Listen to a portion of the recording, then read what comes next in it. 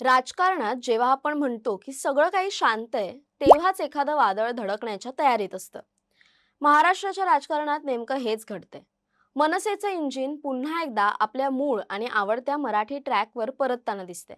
मध्यंतरीच्या काळात राज ठाकरेंनी हिंदुत्वाचा झेंडा हाती घेतला. त्यानंतर उद्धव ठाकरेंच्या विरोधात जाताना काहीशी सेक्युलर भूमिका घेतल्याची चर्चा झाली. पण आता मात्र राज ठाकरेंनी पुन्हा एकदा मराठीचं अस्त्र बाहेर काढलंय. पण हे केवळ तात्पुरतं आहे की यामागे काही मोठी राजकीय रणनीती दडलेली आहे? कोणतीही निवडणूक नसताना राज ठाकरे पुन्हा एकदा मराठीच्या मुद्द्यावरून इतके आक्रमक का झालेत? मराठीच्या मुद्द्यावरून आक्रमक होण्यामागे नेमके कोणते तीन हेतू आहेत? यावर साधक बाधक विश्लेषण आपण करणार आहोत. मात्र त्यापूर्वी हुतात्मा स्मारकांबद्दल राज ठाकरेंनी नेमकी काय पोस्ट केली आहे ते पाहूया. तर महाराष्ट्र दिनाचं औचित्य साधून राज ठाकरेंनी मुंबईतल्या हुतात्मा स्मारकाला भेट दिली.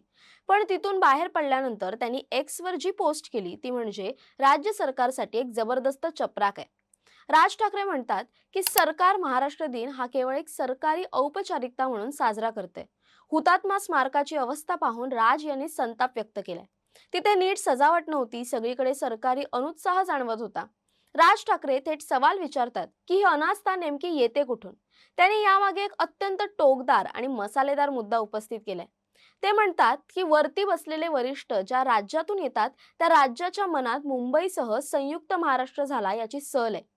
मग इथे गाजावाजा केला आणि वरिष्ठांची खप्पामर्जी उडवली तर काय होईल अशी भीती सरकारला वाटते का, असा सवाल राज ठाकरे यांनी उपस्थित केला. म्हणजे थेट दिल्ली आणि गुजरात कनेक्शन जोडून राज ठाकरेंनी मुख्यमंत्री देवेंद्र फडणवीस आणि त्यांच्या सरकारवर निशाणा साधलाय. राज ठाकरेंचा रोख इतका कडक आहे की त्यांनी म्हटलंय, हाच दिवस जर एखाद्या जैन समूहाचा किंवा तत्सम समूहाचा असता तर सरकारने गालीचे अंथरले असते, रोषणाई केली असती. पण जेव्हा महाराष्ट्राच्या अस्मितेचा, मुंबईसाठी रक्त सांडलेल्या हुतात्म्यांचा प्रश्न येतो, तेव्हा मात्र हेच सरकार सुतकी पद्धतीने दिवस साजरा करतं. राज ठाकरेंची ही टीका केवळ एका स्मारकाबद्दल नाही, तर ती मराठी माणसाच्या स्वाभिमानाला दिलेली साद आहे.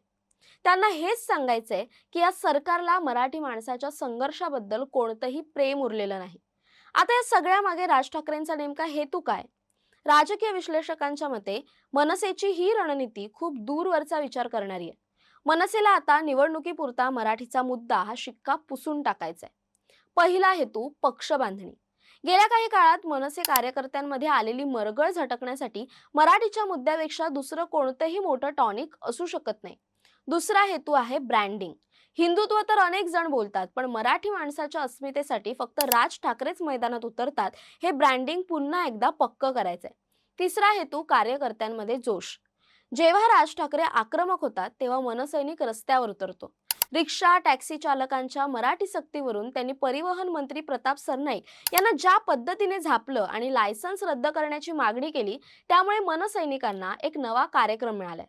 राज ठाकरेंची ही खेळी म्हणजे एक प्रकारचं पॉलिटिकल रिपॅकेजिंग आहे. त्यांना हे सिद्ध करायचं आहे की सत्तेत कोणीही असो, भाजप असो की शिंदे फडणवीस सरकार, मराठी माणसाच्या हिताला धक्का लागला की राज ठाकरे गप्प बसणार नाहीत. हुतात्मा स्मारकाच्या दुर्लक्षामुळे त्यांनी सरकारला बॅकफुटवर नेले. परप्रांतीय रिक्षा चालकांच्या मुजोरीवर त्यांनी परिवहन मंत्र्यांना उघडपणे आव्हान दिले. ही केवळ एक टीका नाही, तर हा एक नरेटिव्ह आहे की खरी शिवसेना कोण आणि मराठी माणसाचा खरा कैवारी कोण. राज ठाकरे सध्या कोणतीही निवडणूक डोळ्यासमोर ठेवून हे करत नाहीत. हेच त्यांचं सर्वात मोठं बलस्थान बनलंय. जेव्हा निवडणुका नसतात, तुम्ही लोकांच्या मुद्द्यावर रस्त्यावर उतरता, तेव्हा तुमची विश्वासार्हता वाढते. राज ठाकरे नेमकं तेच करतायत. हुतात्मा स्मारकाच्या निगराणीवरून त्यांनी सरकारची उदासीनता चव्हाट्यावर आणली. जर महाराष्ट्र दिनी हुतात्मा स्मारकाची ही अवस्था असेल, तर मग इतर वेळी काय असेल, असा संताप सामान्य मराठी माणसाच्या मनात निर्माण करण्यात ते यशस्वी झालेत.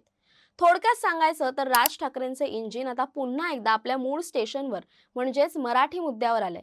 हे इंजिन आता किती वेगाने धावतं आणि येणाऱ्या काळात महायुती आणि महाविकास आघाडी या दोन्ही आघाड्यांना किती जोराचा धक्का देतं, हे पाहणं रंजक ठरेल. प्रताप सरनाईकांपासून ते थेट मुख्यमंत्र्यांपर्यंत सगळ्यांना राज ठाकरेंनी एका मराठी मुद्द्यावरून गोत्यात आणले. आता सरकार यावर काय उत्तर देतं आणि मनसैनिक या आदेशाचा वापर करून रस्त्यावर काय धुमाकूळ घालतात, याकडे संपूर्ण महाराष्ट्राचं लक्ष लागलंय. तुम्हाला काय वाटतं? राज ठाकरेंनी हुतात्मा स्मारकावरून सरकारवर केलेली टीका रास्त आहे का? मराठीचा मुद्दा मनसेला पुन्हा एकदा उभारी देईल का?